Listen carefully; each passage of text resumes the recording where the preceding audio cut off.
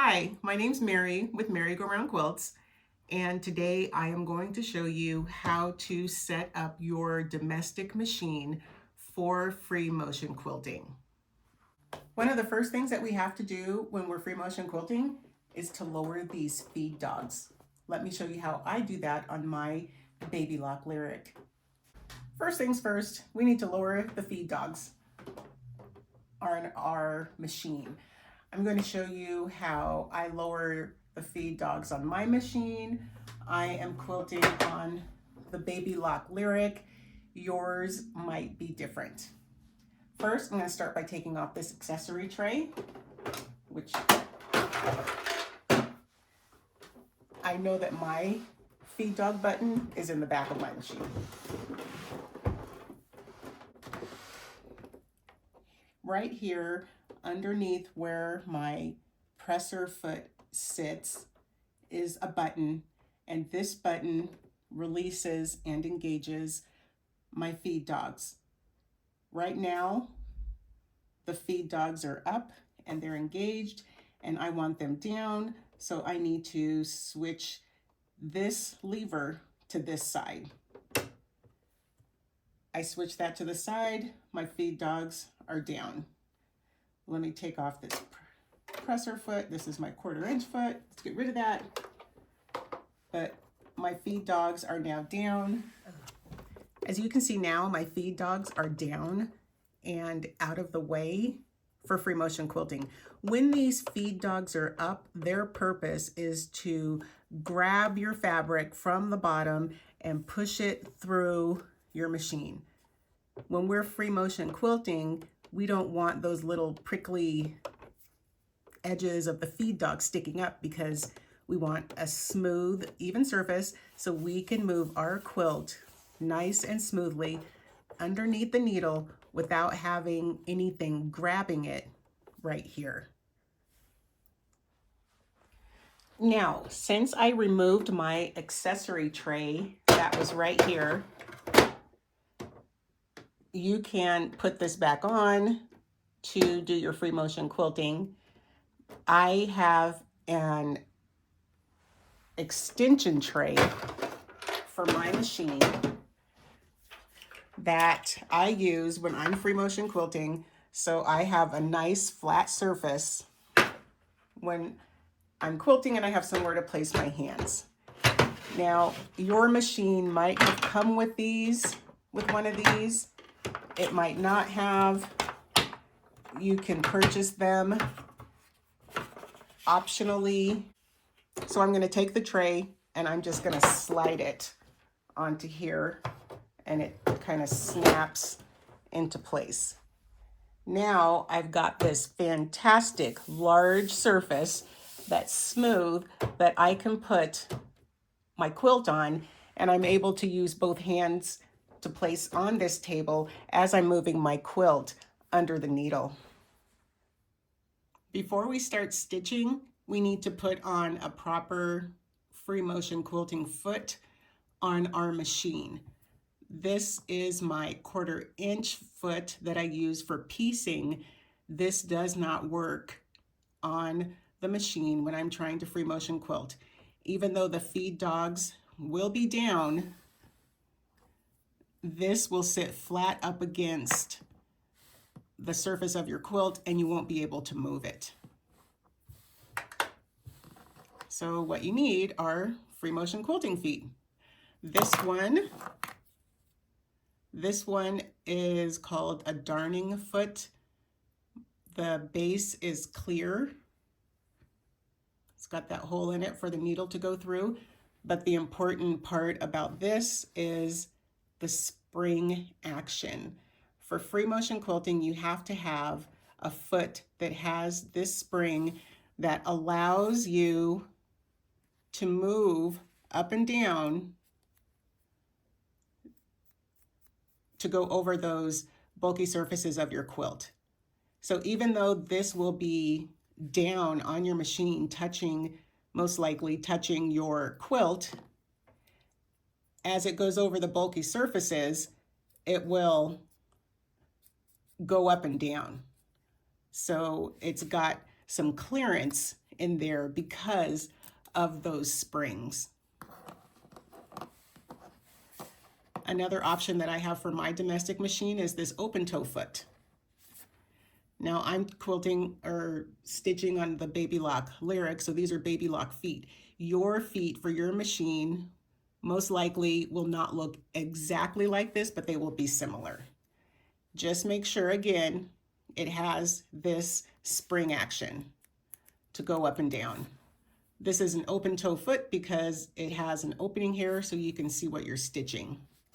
This is metal.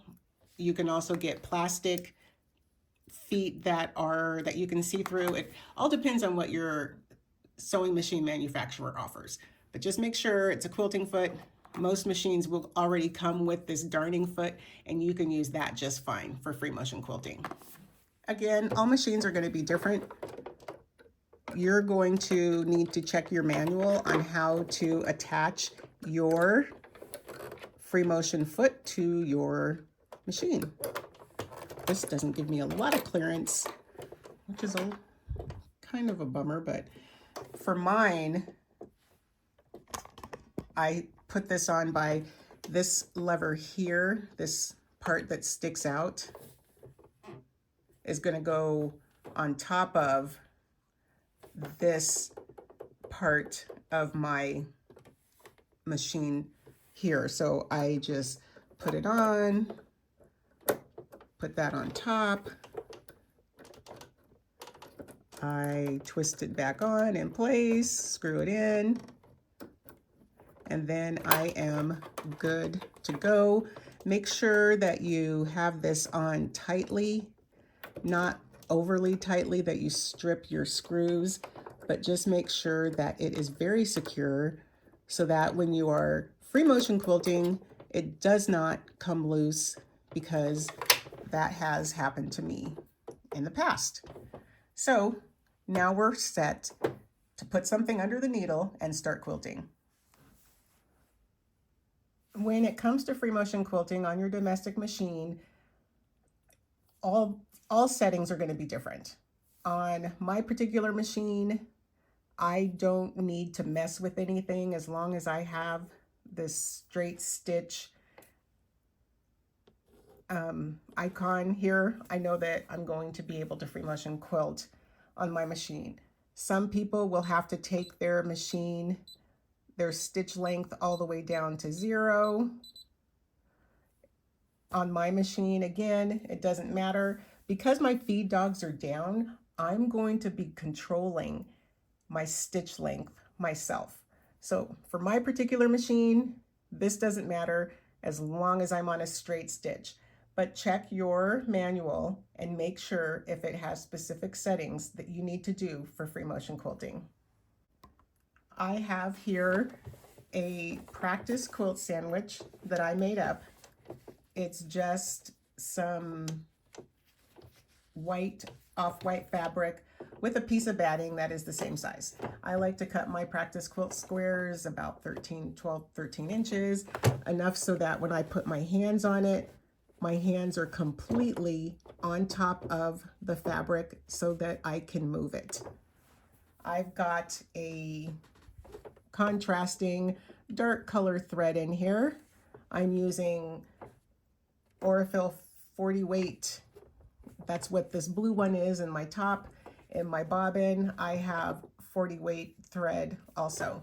You can use any type of thread in your machine. If you're just starting out and you're practicing, don't go out and buy any special threads. Whatever thread you have at home is going to work. Whatever weight you want to try, you know, just use what you have on hand for now if you're just practicing. You don't need to do anything special. If your machine likes 40 weight or 50 weight or 28 weight, whatever it is, just use that to practice on your quilt sandwich. Okay, now we are ready to stitch. If I were working on my quilting machine, I would needle down and needle up and bring my bobbin thread up to the top. If you have the ability to do that on your machine, please do, because then it prevents you getting any kind of rat's nest underneath your quilt when you get that thread buildup and maybe your threads could break or whatever. So best practice is to bring your bobbin up to the top. Even if I do try to take my bobbin thread and bring it up to the top, when you're doing that, you want to hold your top thread kind of taut to the side as you needle down.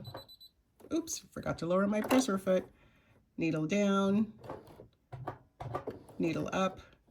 Oh, my machine's set on needle down. So, and you can see, probably, I don't know if you can see that well, but I do have a little tiny piece of my bobbin thread that came up to the top. I'll just pull it.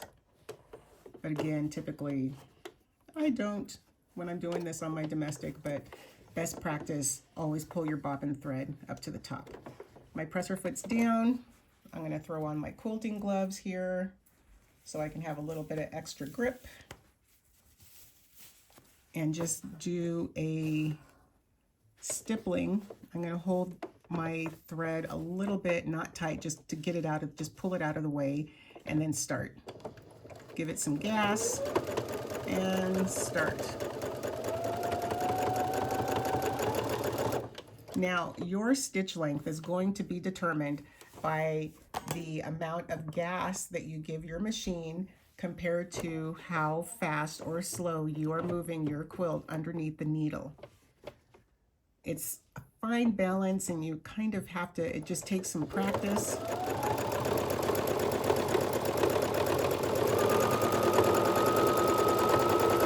If I pull this a lot, you can see that my stitch length is getting a little bit longer as I go faster and I pull my machine and I pull my quilt underneath the needle.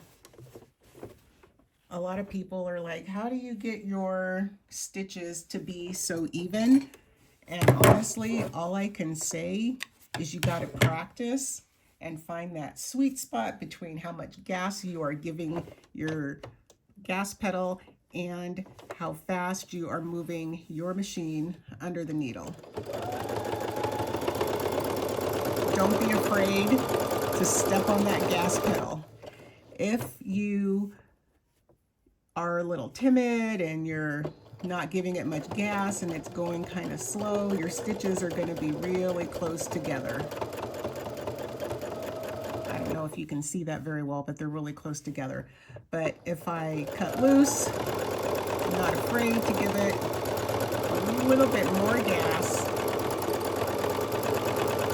Oh, and I said I was going to do stippling and I did loops. Let me show you how to do a little bit of stippling. When you're thinking about stippling, think about doing an S shape. And on that S, once you come to the end, you're going to make another S in another direction. And then you're just going to keep on with that S shape.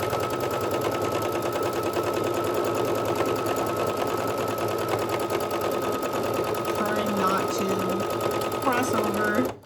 Oops. Trying not to cross over your lines when you're doing stippling. However, if you do cross over, not the end of the world. Just keep on going. Don't rip it out. Just keep on going. So make yourself some practice quilt squares. Lower your feed dogs. Put on your tray. Use the gloves if you need them for grippiness. And just start practicing your free motion quilting.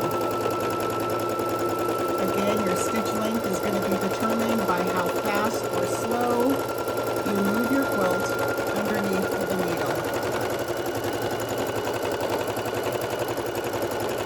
Make sure that you have your hands at this 9 and 3 position to give you the best leverage to move your quilt. If your hands get away from you, stop, reposition.